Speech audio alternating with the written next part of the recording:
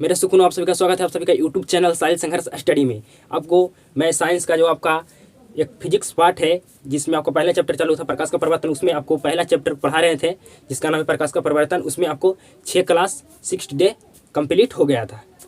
उस क्लास में जो आपको पिछला क्लास में कराया था उसमें आपको कहाँ तक छोड़े थे कि गोलीय दर्पण के कितने प्रकार होते हैं। तो गोलीय दर्पण का आपका 2 प्रकार होता है, अवतल दर्पण उत्तल दर्पण। उसी के बारे में आज के क्लास में पढ़ने वाले हैं। आज के क्लास में टॉपिक पर चर्चा करने वाले अवतल दर्पण उत्तल दर्पण क्या होता है।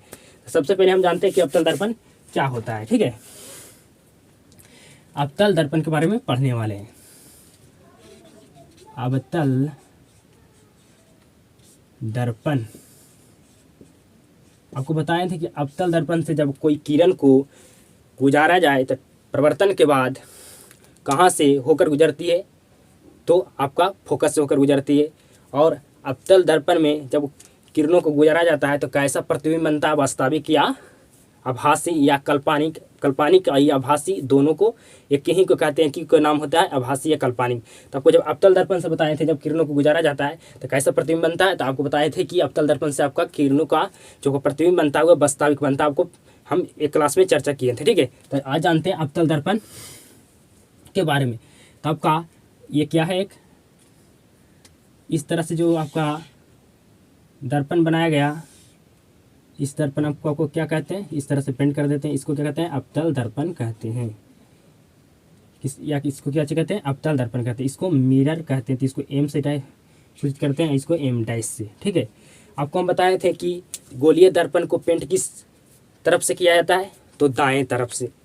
प्रकाश किस तरह से फिजिक्स के नियम के अनुसार दर्पण गोलीय दर्पण में तरफ गुजारा जाता है, तो आप क्या बताए थे आपको, दाएं तरफ से। कहाँ तरफ से, दाएं तरफ से।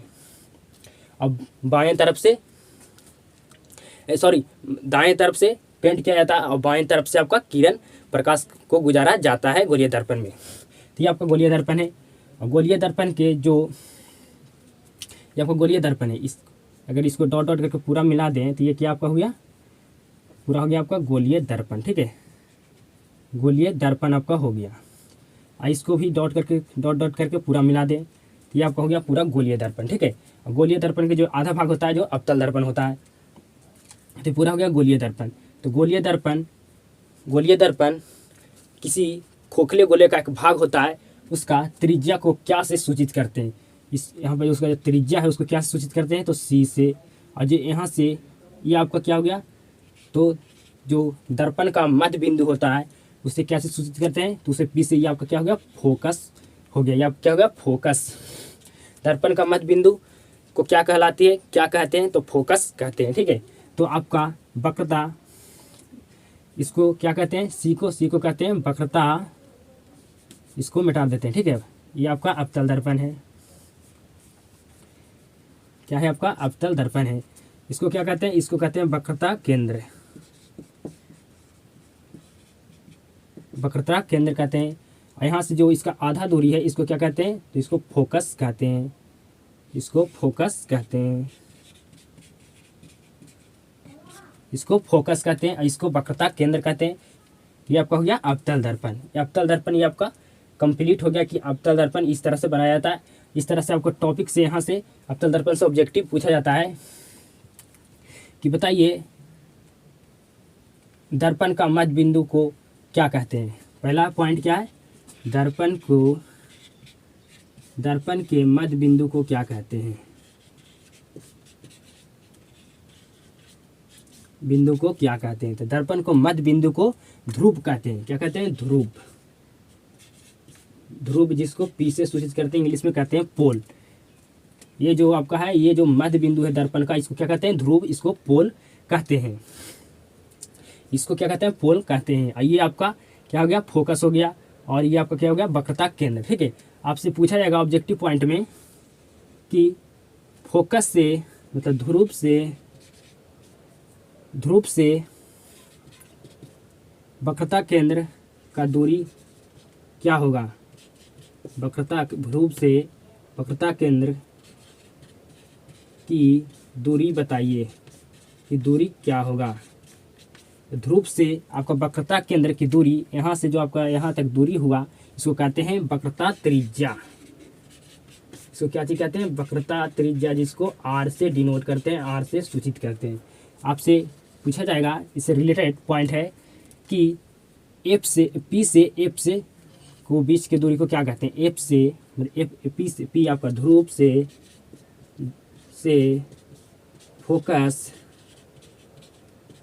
फोकस की दूरी क्या कहलाती है, क्या कहा जाता है। तो आपको फोकस से ध्रुव से फोकस की दूरी क्या कहलाता है, तो आपको क्या कहलाता है, फोकस दूरी कहलाता है, फोकस दूरी कहलाता है, जिसको छोटा वाला एफ से सूचित करते हैं। आपसे पूछा जाएगा दर्पण से, जो आपका अवतल दर्पण है, ये 3 पॉइंट है अभी, और इसमें पॉइंट है कि दर्पण के मध्य बिंदु को क्या कहते हैं, तो ध्रुव कहते हैं, इसको पी से सूचित किया जाता है, ठीक है। और जो आपका इस तरह से जो M1 और M डैश को मिलाने वाली रेखा को क्या कहते हैं, मिलाने वाली रेखा को इसको क्या कहते हैं, तो इसको क्या कहते हैं, इसको किसी गोलीय दर्पण के व्यास को क्या कहते हैं, जो आपका गोलीय दर्पण होता है, जो ये आपका गोलीय दर्पण है, ठीक है। तो इसको जो ये मिलाने वाली जो गोलीय दर्पण का ये व्यास होता है, इसको क्या कहते हैं, जो इस अकॉर्डिंग दोनों दर्पण को गोलीय दर्पण क्या करता है, दर्पण को बांटता है, और ये मध्य बिंदु से गोलीय दर्पण को जोड़ता है। तो इस जो लाइन आपका है, इसको क्या कहते हैं, जो आपका इस पर हम कलम दे रहे हैं, जो आपको पर यहाँ पर जो आपका लाइन दोहराया जा रहा है, ये क्या होता है आपका, ये मुख्य अक्ष होता है। क्या चीज होता है, मुख्य अक्ष या प्रधान अक्ष इसको कहते हैं, इसको मुख्य अक्ष या प्रधान अक्ष कहते हैं, प्रधान अक्ष कहते हैं इसको, ठीक है। और ये जो आपको M1 M2 जो आपका है, इसको मिलाने वाली रेखा को क्या कहते हैं, इसको द्वारक कहते हैं, इसको क्या कहते हैं, द्वारक कहते हैं, इसको क्या कहते हैं, द्वारक कहते हैं। तो आपके से पॉइंट है जो आपको अवतल दर्पण से आपको एक भी दिक्कत नहीं होगा, समझने में आपको दिक्कत नहीं हो रहा होगा, ठीक है। कि दर्पण के मध्य बिंदु को क्या कहते हैं, ध्रुव कहते हैं, पोल कहते हैं, जो क्या करता है, मध्य बिंदु दर्पण को जोड़ता है, ठीक है। और जो गोलीय दर्पण के व्यास होता है, जो दोनों दर्पण क्या करता है, बांटता है, ठीक है। तो दर्पण के मध्य बिंदु को क्या कहते हैं, ध्रुव या पोल कहते हैं। सी से एफ की दूरी क्या कहलाती है, क्या कहते हैं, तो सी से एफ की दूरी क्या कहलाती है, सॉरी पी से सी की दूरी क्या कहलाती है, पी से सी की दूरी क्या कहलाती है, तो आपको बताएं। पी को ध्रुव कहते हैं, और वक्रता केंद्र को सी से डिनोट करते हैं, सूचित करते हैं, तो उसको क्या कहते हैं, वक्रता त्रिज्या कहते हैं, इसको आर से सूचित करते हैं, ठीक है। आपको बताएं, पी से दर्पण से दूरी कहाँ से मापा जाता है, दर्पण में कहाँ से दूरी मापा जाता है, हमेशा पोल से ध्रुव से नापा जाता है दूरी। आपको कहीं केंद्र से नहीं नापेगा, आपको जब भी दूरी नापा जाएगा तो पोल से। तो पी से आपको एफ की दूरी कहलाती है, या क्या होता है आपको बताना है। तो पी से जो यहाँ तक जो दूरी आपका है, ये कहलाता है आपका फोकस दूरी कहलाता है, एफ ये कहलाता है, ठीक है। तो आपको अवतल दर्पण से समझने में कोई भी दिक्कत नहीं होगा कि पी से सी की दूरी क्या कहते हैं, पी से एफ की दूरी क्या कहलाते हैं, और जो गोलीय दर्पण को जो व्यास होता है वो क्या कहलाता है, तो आपका द्वारक कहलाता है। या गोलीय दर्पण को मिलाने वाली जो व्यास होता है, जो ये रेखा है, इसको क्या कहलाता है, ये क्या कहलाता है, तो आपका द्वारक कहलाता है, ठीक है। और आपको क्या बताएं कि जो आपका ये द्वारक नहीं, जो मिलाने वाली रेखा होता है उसको कहते हैं द्वारक। आपका व्यास क्या कहलाता है, तो आपका व्यास गोलीय दर्पण को जो व्यास है, ये क्या कहलाता है, मुख्य अक्ष या प्रधान अक्ष कहलाता है। और गोलीय दर्पण को मिलाने वाली रेखा को क्या कहते हैं, जो M1 M डैश से जो मिलाने वाली रेखा, इसको क्या कहते हैं, द्वारक कहते हैं। तो आपको जो अवतल दर्पण से रिलेटेड जो भी पॉइंट होगा, आपको बिल्कुल जो बताएं पॉइंट समझ में आया होगा। यहाँ से आपको क्वेश्चन पूछा जाता है, कैसे किस तरह से पूछा जाता है कि किसी गोलीय दर्पण में फोकस दूरी वक्रता त्रिज्या दूरी क्या होती है, बताइए। गोलीय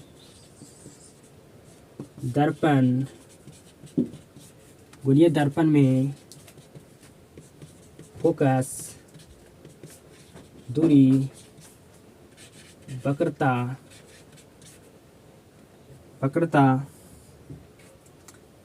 त्रिज्या दर्पण में फोकस दूरी वक्रता त्रिज्या को क्या होता है या क्या कहलाती है बताइए। तो गोलीय दर्पण में फोकस दूरी होती है, वक्रता त्रिज्या का क्या होता है, दूरी बताइए, दूरी बताइए, दूरी बताए या बताइए।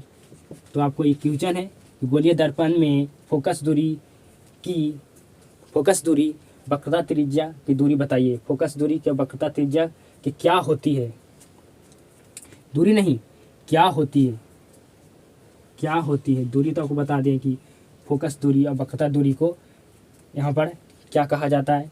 तो जो आपको यहाँ से दूरी क्या होता है, यहाँ पर दूरी नहीं होगा, ठीक है, कि फोकस दूरी और वक्रता त्रिज्या की दूरी क्या होता है बताइए, क्या होता है बताइए, क्या होता है बताइए, क्या होता है बताइए। गोलीय दर्पण से फोकस दूरी, गोलीय दर्पण में फोकस दूरी वक्रता त्रिज्या के क्या होता है। तो आपको आंसर लिखना है, गोलीय दर्पण में फोकस दूरी वक्रता त्रिज्या के आधी होती है।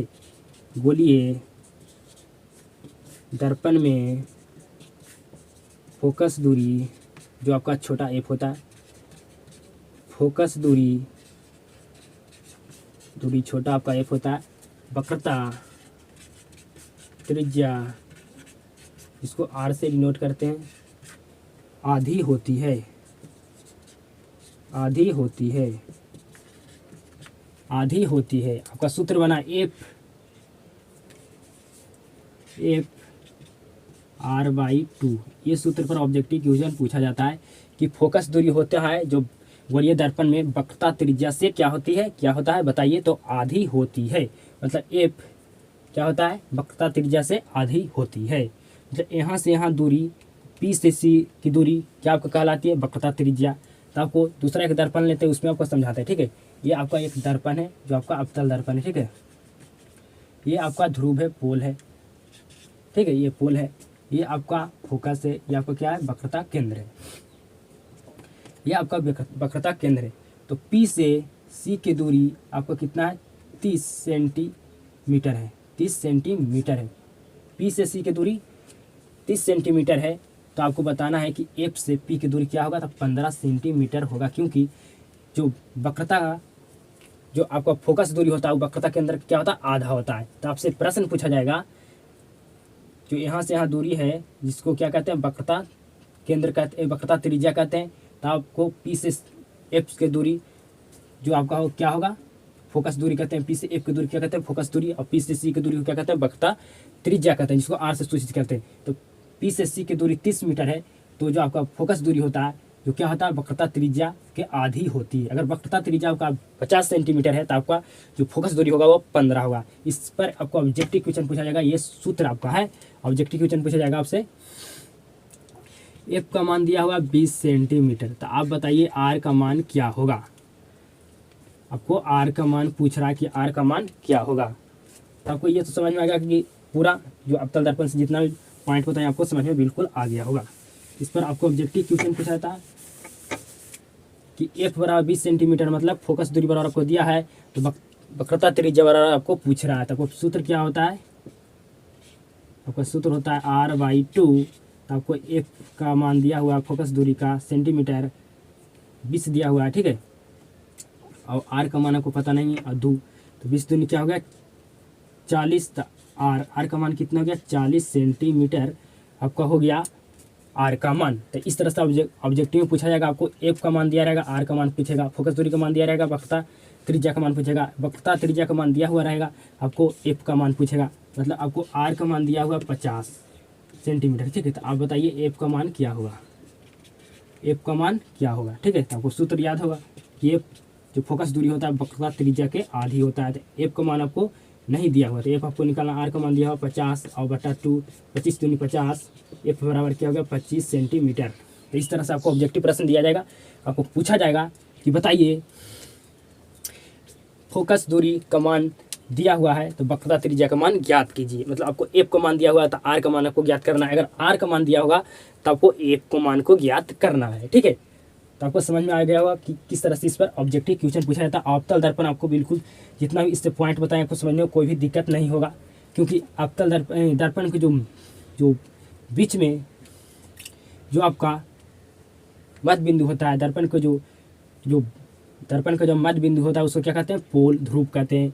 और ये आपका जो गोलीय दर्पण को व्यास होता है उसको क्या कहते हैं, उससे मुख्य अक्ष या प्रधान अक्ष कहते हैं, और मुख्य अक्ष या प्रधान अक्ष कहते हैं। और जो आपका एम डैश से एम से एम डैश को जो मिलाने वाली रेखा है, इसे व्यास है, इसे क्या कहते हैं, इसको आपको द्वारक कहते हैं। और पी से सी की दूरी को क्या कहते हैं, तो आपको बताएं तो भाली भांति कि पी से सी की दूरी को वक्रता त्रिज्या कहते हैं, और पी से एफ की दूरी को क्या कहते हैं, तो फोकस दूरी कहते हैं।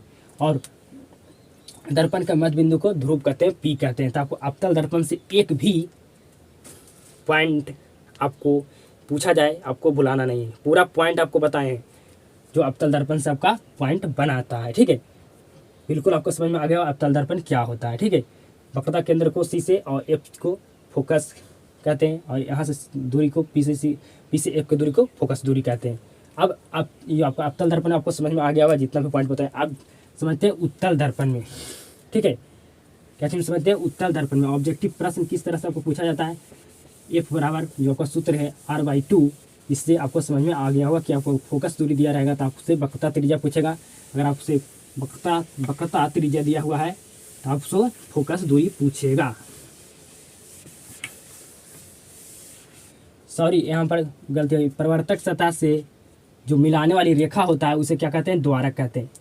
आपको हमको गलती से बोला गया था। ठीक है, जो परिवर्तक सतह ये आपको क्या, परावर्तक सतह है, क्या है, परावर्तक सतह है। ये जो क्या है, परावर्तक सतह से परावर्तक दर्पण है, तो गोलीय दर्पण में परावर्तक सतह से मिलाने वाली रेखा को क्या कहते हैं, गोलीय दर्पण में परावर्तक सतह से मिलाने वाली रेखा को क्या कहते हैं, तो द्वारक कहते हैं। और जो आपका गोलीय दर्पण में जो व्यास होता है, जो क्या करता है, दर्पण को जो बांटता है, और जो आपका मध्य बिंदु होता है दर्पण को जोड़ता है, जो उसको क्या कहते हैं, उसको मुख्य अक्ष कहते हैं। जिसको ये आपका गोलीय दर्पण है, जो ये आपका रेखा जो ये क्या करता है, दर्पण को दो भागों में क्या करता है, दर्पण को बांटता है। ठीक है, और ये जो मध्य बिंदु दर्पण का आपका ये क्या करता है, दर्पण में आपको दर्पण को जोड़ता है। तो ये आपका जो लाइन है, ये रेखा है, इसको क्या कहते हैं, इसको मुख्य अक्ष या प्रधान अक्ष कहते हैं।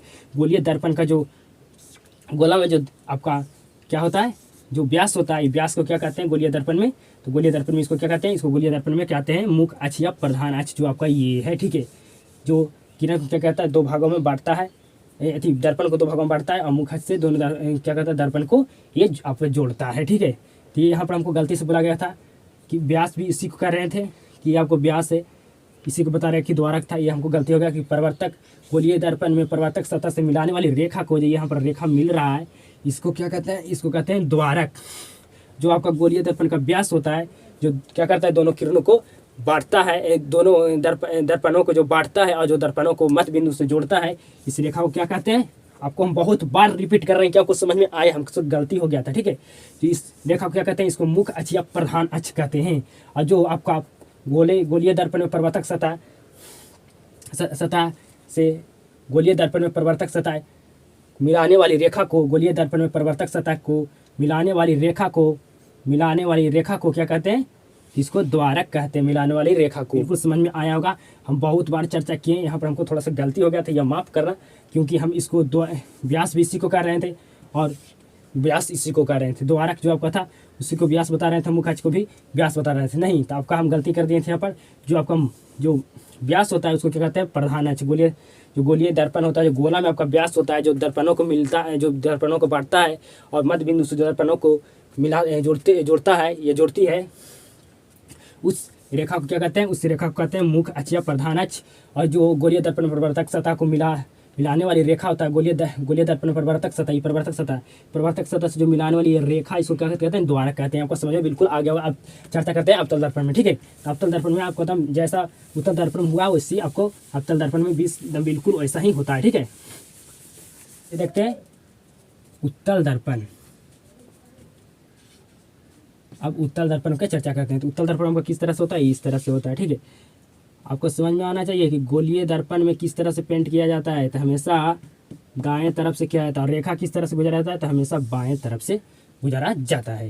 ये आपको क्या है, इसको M1 डैश या M इसको सूचित करते हैं। ठीक है, इसको प्रकाश को गुजारा गया गोलीय उत्तल दर्पण में, तो ये आपका क्या होगा ध्रुव। जो दर्पण का मध्य बिंदु होता है वह क्या कहलाती है ध्रुव। आपको न्यूमेरिकल बनेगा और सिद्ध करेंगे जब आपको सूत्र तो बहुत ज़्यादा आपको काम आएगा, इसलिए समझिए ध्यान से। और जो आपका ये होता है ये क्या होता है आपका फोकस, ये आपका होगा वक्रता केंद्र। जिस तरह से आपका अवतल दर्पण में हुआ था उसी तरह आपका उत्तल दर्पण में होगा, आपका उत्तल दर्पण में होगा। तो ये आपको क्या कहलाता है ध्रुव।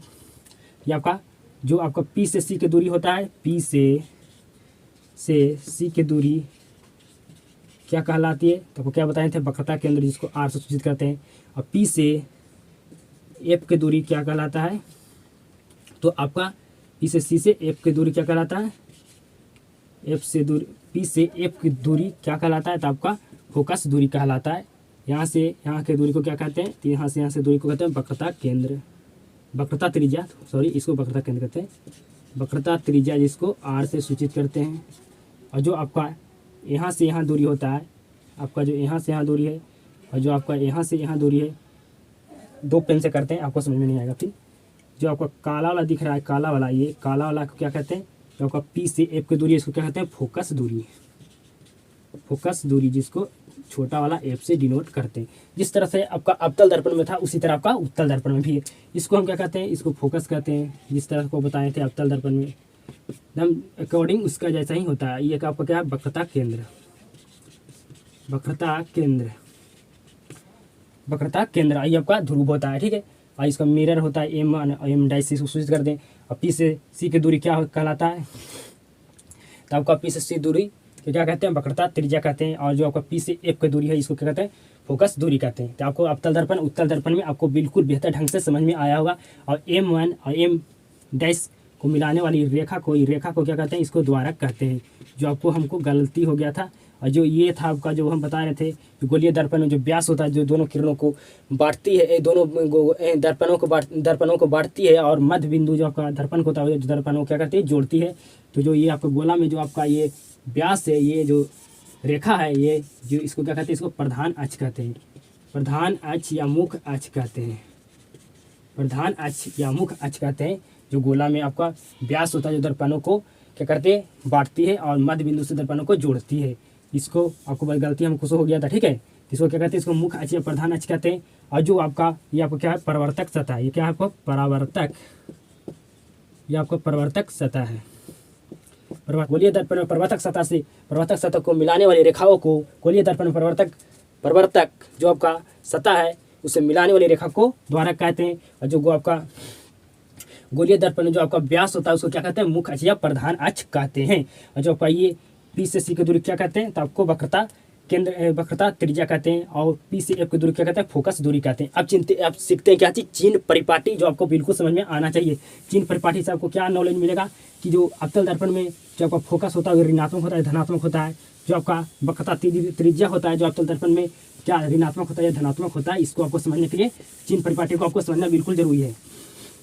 चर्चा करते हैं कि आपको समझ में बिल्कुल आया होगा। उत्तल दर्पण अवतल दर्पण में जो भी हमें टॉपिक बताए, जो भी पॉइंट बताए थे, टॉपिक नहीं बताते सॉरी, जो आपका टॉपिक था अवतल दर्पण उत्तल दर्पण, जो भी उस टॉपिक में पॉइंट बताए थे, किसको कहते हैं वक्रता त्रिज्या, किसको कहते हैं फोकस दूरी, आपको जो दर्पण का जो मध्य बिंदु होता है जो बीच में जो आपका पॉइंट होता है उसको क्या कहते हैं, तो ध्रुव कहते हैं। ये पूरा आपको बात समझ में आया होगा। और किस तरह से ऑब्जेक्टिव आपको पूछा जाता है, फोकस दूरी वक्रता त्रिज्या क्या होती है, आधी होते हैं। इससे आपको ऑब्जेक्टिव क्वेश्चन पूछा जाएगा कि एफ का मान दिया रहेगा, आपको आर का मान बताना, आर का मान दिया रहेगा, आपको एफ को मान बताना है, ठीक है। अब चिन्ह परिपाटी के बारे में चिन्ह परिपाटी सीखते हैं। ये आपका क्या है, यहाँ पर क्या होता है मूल बिंदु, ठीक है। तो जो मूल बिंदु से इस तरह से जो रेखा जाता है, इस तरह की जो रेखा इस तरफ जो रेखा ले जाया जाता है, ये क्या होता है आपका पॉजिटिव होता है। और मूल बिंदु से जब आपका बाएं तरफ जो रेखा लाया जाता है बाएं तरफ, ये क्या होता है आपका निगेटिव होता है। और मूल बिंदु से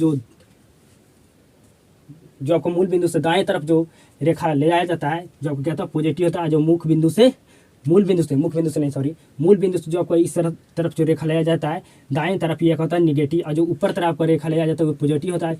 और जो नीचे तरफ पर जो रेखा लिया जाता है मूल बिंदु से हुए आपका निगेटिव होता है। तो ये आपका चिन्ह परिपाटी है। आपको समझ में जितना भी टाइम लग जाए आपको समझ में बिल्कुल 100% आया होगा। ये आपका क्या है मूल बिंदु, क्या है मूल बिंदु आपका ये मूल बिंदु है। मूल बिंदु से जब दाएं तरफ जो रेखा हमारा होता है ये क्या था, पॉजिटिव होता है, क्या था, प्लस होता है।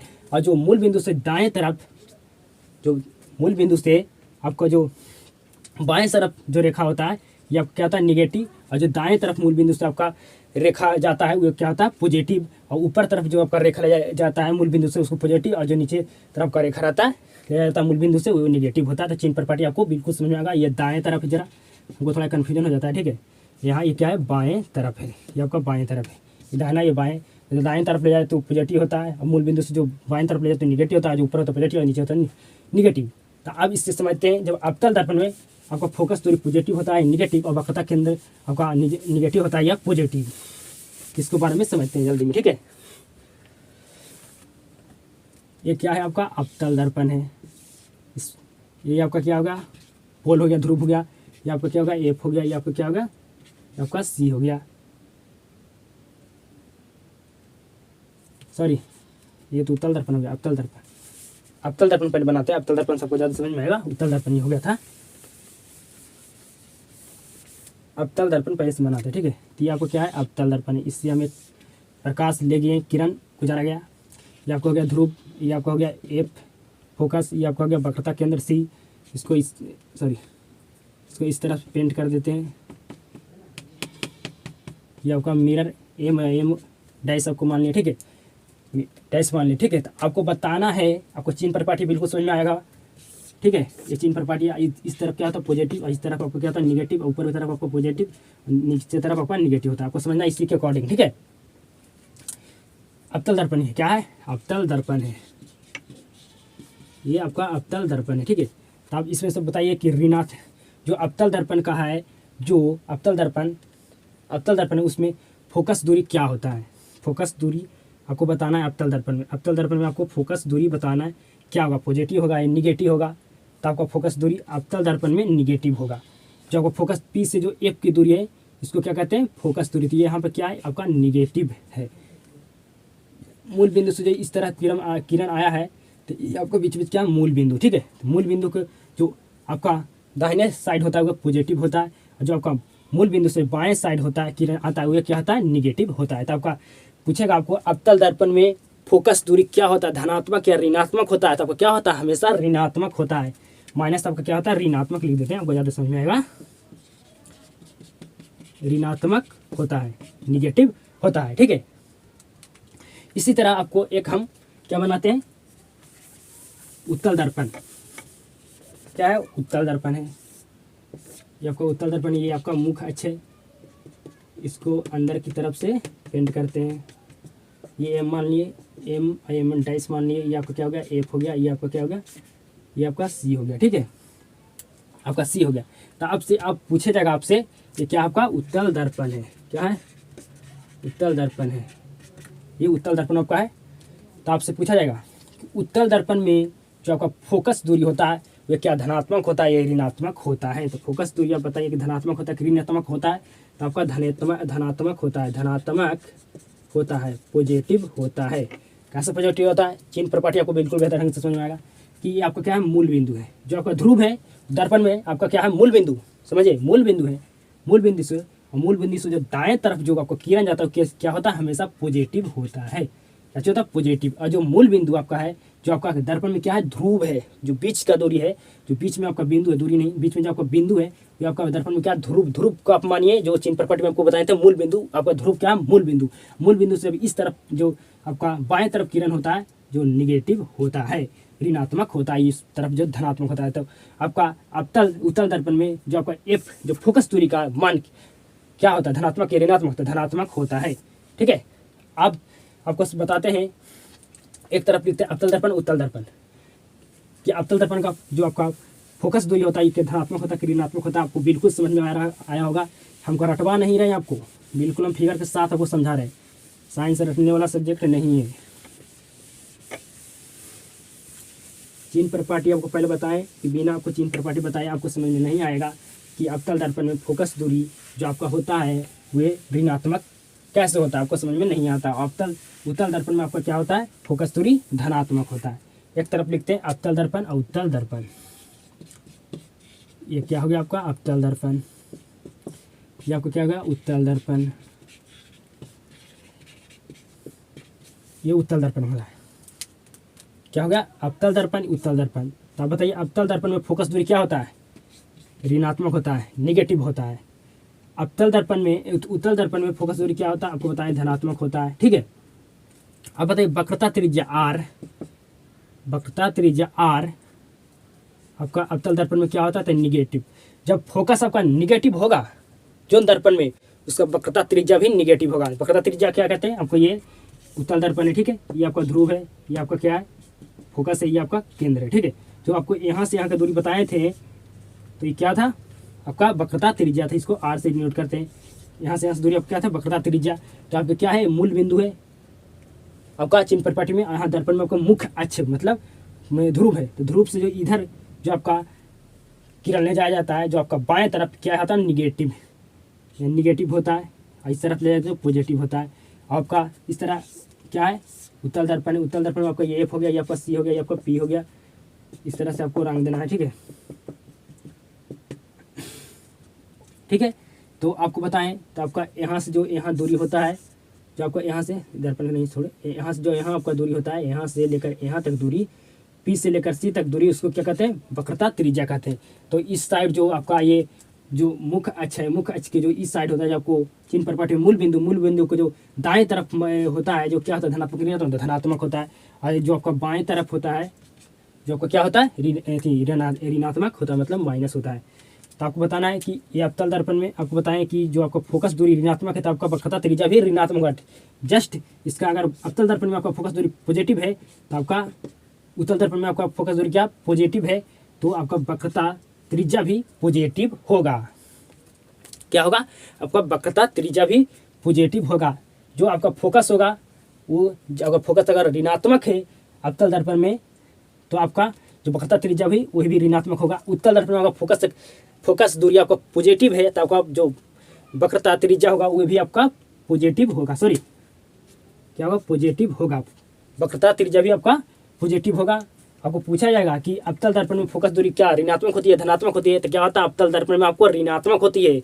उसी तरह पूछा उत्तल दर्पण में फोकस दूरी धनात्मक होती है क्या, ऋणात्मक होती है, क्या होता है, तो आपका धनात्मक होता है। पूछा जाएगा अवतल दर्पण में जो आपका जो वक्रता त्रिज्या होता है ऋणात्मक होता है, धनात्मक होता है, आपका ऋणात्मक। जब फोकस होगा आपका अवतल दर्पण में ऋणात्मक, तब फिर आपका जो वक्रता त्रिज्या भी है वो भी आपका होगा ऋणात्मक। उसी तरह आपको उत्तल दर्पण में बताइए कि वक्रता त्रिज्या पॉजिटिव होता है, निगेटिव, तो आपको क्या होता है, पॉजिटिव होता है। अब आपको नेक्स्ट कॉन्सेप्ट की तरफ चलते हैं। आपको नेक्स्ट कॉन्सेप्ट सीखना बिल्कुल जरूरी है। सारा ऑब्जेक्टिव के लिए बता रहे हैं, सारा ऑब्जेक्टिव के लिए आपको रटवा नहीं रहे कि आपका उत्तल दर्पण का फोकस दूरी पॉजिटिव होता है, कैसे होता है, ये नहीं बता रहे हैं। आपको सारा कॉन्सेप्ट लेके चल रहे हैं, पूरा कॉन्सेप्ट आपको निचोड़ रहे हैं, पूरा आपको दिमाग में उतारने का कोशिश कर रहे हैं कि आपको रटाए नहीं। साइंस रटने का सब्जेक्ट नहीं होता, ज्ञान का सब्जेक्ट होता है। आपको समझिए, समझने में आपका बेहतर होगा, रटिएगा भूल जाइएगा। ये आपका क्या है, अवतल दर्पण है, ये अवतल दर्पण है, ये आपका क्या है, एफ है, ये आपका सी है। ठीक है, सी है, ये आपको मिरर एम डाइस, ये इसको एम मान लिया। ठीक है, तो जब अवतल दर्पण में जब कोई किरण को, जब अवतल दर्पण के जब समांतर कोई किरण को गुजारा जाता है, तो कहाँ से टकराकर वापस परिवर्तन के बाद कहाँ से हुए आएगा। जब टकराएगा ये किरण, तो कहाँ से होकर गुजरेगा, तो ये फोकस से होकर गुजरेगा। कहाँ से होकर गुजरेगा, फोकस से। फिर जब अवतल दर्पण के समांतर कोई किरण लेके गए, तो ये कहाँ से गुजरेगा, तो आपका फोकस से होकर गुजरेगा। कहाँ से गुजरेगा, फोकस से होकर गुजरेगा। फिर इसी तरह से आपको अवतल दर्पण के तरफ समांतर किरण ले गए, तो कहाँ से होकर गुजरेगा, फोकस से होकर गुजरेगा। फिर आपको समांतर किरण लेके गए हैं यहाँ से, तो कहाँ से आपको गुजरेगा होकर, थोड़ा ऊपर करते हैं, यहाँ से नहीं होगा, फोकस से होकर गुजरेगा। फिर इस तरह से किरण ले गए, तो परिवर्तन के बाद कहाँ से गुजरेगा, फिर इस तरह से किरण ले गए, तो परिवर्तन के बाद कहाँ से गुजरेगा। तो आपको याद आ रहा होगा, क्या याद आ रहा होगा, कि जब एक किरण, जब एक बिंदु से, जब एक बिंदु पर बहुत सारे किरणें एक बिंदु पर स्पर्शस बनाते हैं। ठीक है, क्या किए, अवतल दर्पण के समांतर जब कोई किरण को ले गए, तो परिवर्तन के बाद कहाँ से होकर गुजरा, फोकस से। कहाँ से गुजर गया होगा, फोकस से। तो जितना भी हम किरण ले गए अवतल दर्पण से गुजारे परिवर्तन के बाद गुजरा सब फोकस से होकर गुजरा। तो एक बिंदु पर जब किरणें आकर मिलती है विभिन्न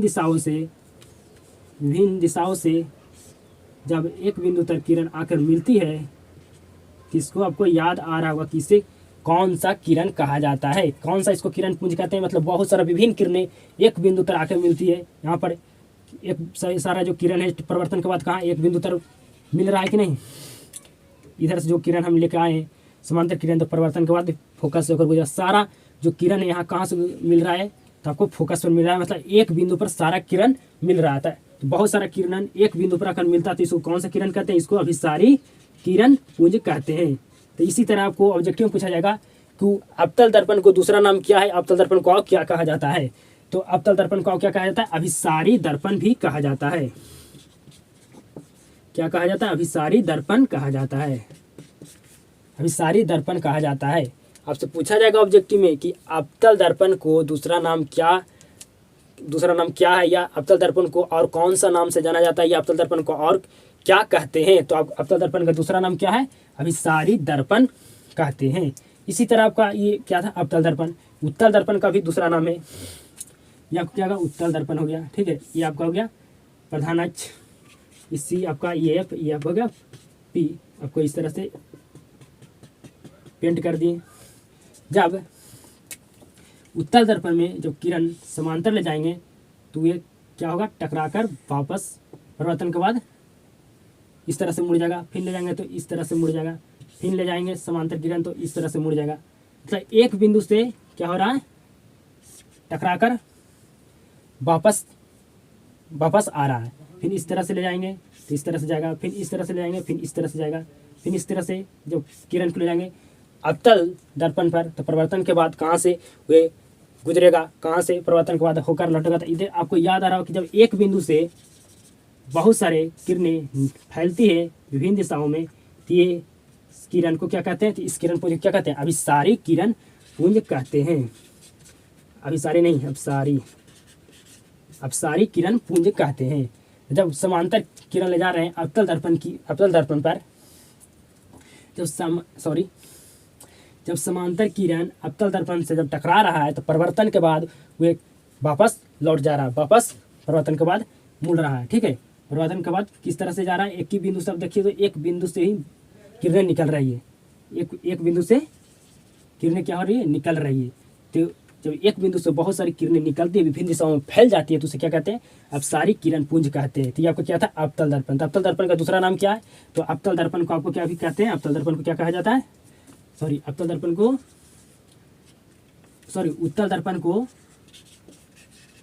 को और क्या नाम से जाना जाता है, दूसरा नाम क्या है अवतल दर्पण का, था